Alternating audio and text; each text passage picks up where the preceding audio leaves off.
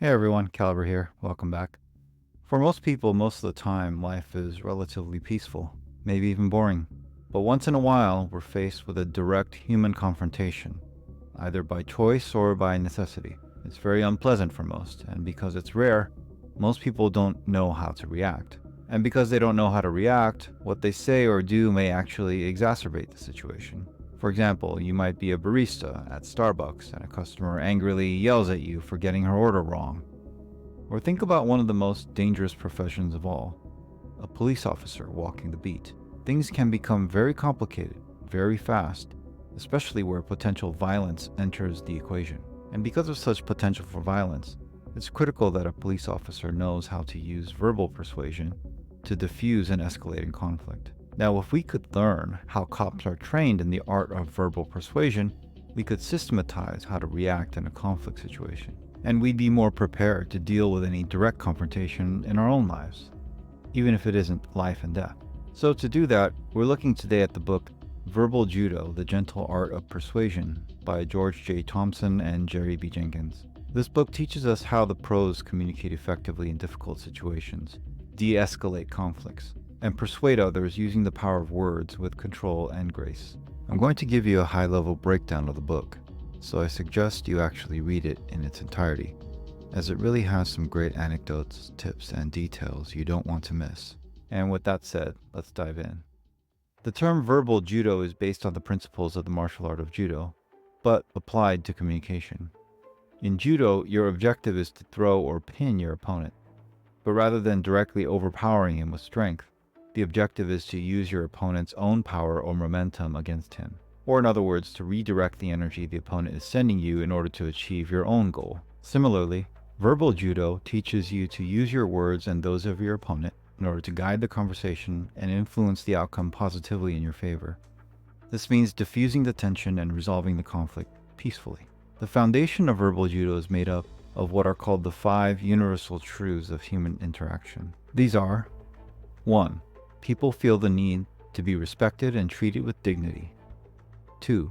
People would rather be asked than told, as this is a sign of respect. 3. People have a desire to know why they are being asked to do something. 4. People prefer to have options over threats, so they can save face. And 5. People want a second chance to make matters right. These are the psychological principles upon which verbal judo is based, so it's important to keep these in mind as we move forward. Remember, the goal of persuasion is to achieve voluntary compliance, and the core problem with achieving voluntary compliance in a conflict situation is ineffective communication. In fact, ineffective communication is the root of most conflicts, both personal and professional. This is because when people struggle to express themselves clearly or to listen actively, frustration and anger take hold. Instead, we are to respond, not react, to negative energy in 2 ways, which can sometimes be difficult but are absolutely necessary to practice verbal judo. These are calmness and simplicity. Calmness is self-explanatory, but it means not responding to negative energy with that of your own. It's the ability to deflect insults and verbal attacks so that you're always in control of your emotions. Simplicity is the ability to communicate simply and in your opponent's own style of language. This is so that you'll be relatable on a very personal level. Once you have the ability to respond in a calm and simplistic way, you can then use the 5 basic tools for effective communication. And these tools are summarized in the acronym LEAPS, L-E-A-P-S. They are: 1.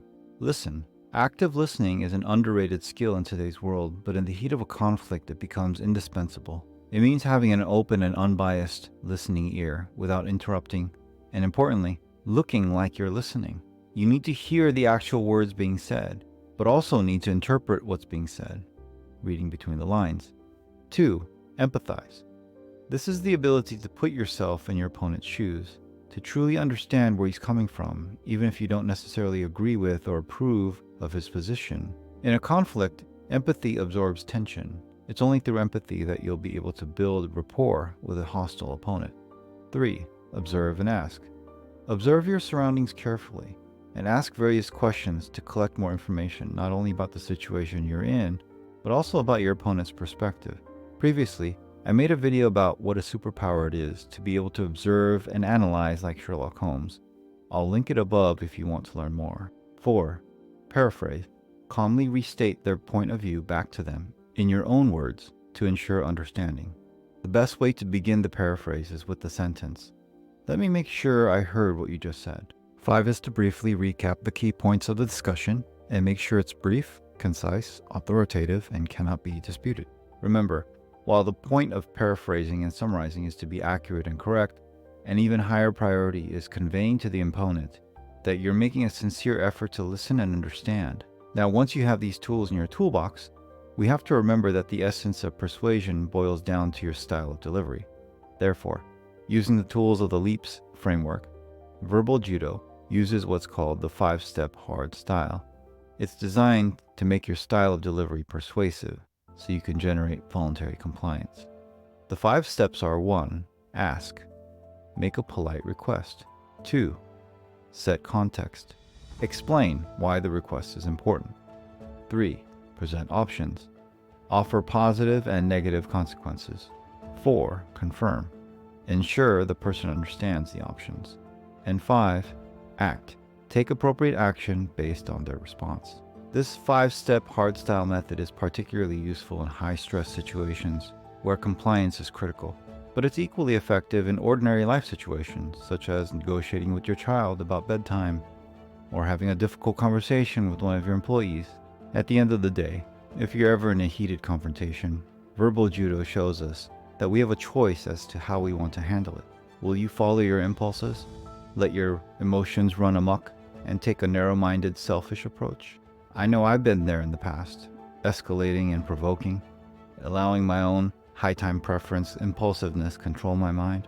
I previously made a video about how high-time preference behaviors can really ruin your life if you let them. I'll link it above. Engaging in these kinds of behaviors really makes things much worse than they should be, and I would say things I would regret and even place myself or those I love in potential danger. I'm not proud of it, but there's another option. You can approach the conflict in a calm, empathetic, and systematic way by applying Verbal Judo techniques. The key takeaway for me was that even in an emotionally charged and unpredictable situation, you have control over yourself. You have a choice, whether to escalate or deflate, whether to instigate or conciliate, and if you're good, you might even be able to reconcile with your opponent right then and there. Verbal Judo is a system that teaches us that personal conflicts, even the worst kind, don't need to be a win at all costs, zero-sum game. There's an alternative approach available if you're willing to let go of your ego and look a bit deeper. That's the win-win mentality, which is based upon collaboration, mutual understanding, and the desire to avoid unnecessary conflict. Look, in the heat of the moment, you may not be able to remember all the specifics we've gone over here or in the book. But if you can just remember simple principles like staying calm, showing empathy, and tips like paraphrasing, it could go a long way and save you from a lot of trouble. And who knows, it might even save your life or the life of the ones you love. Until next time, everyone, peace.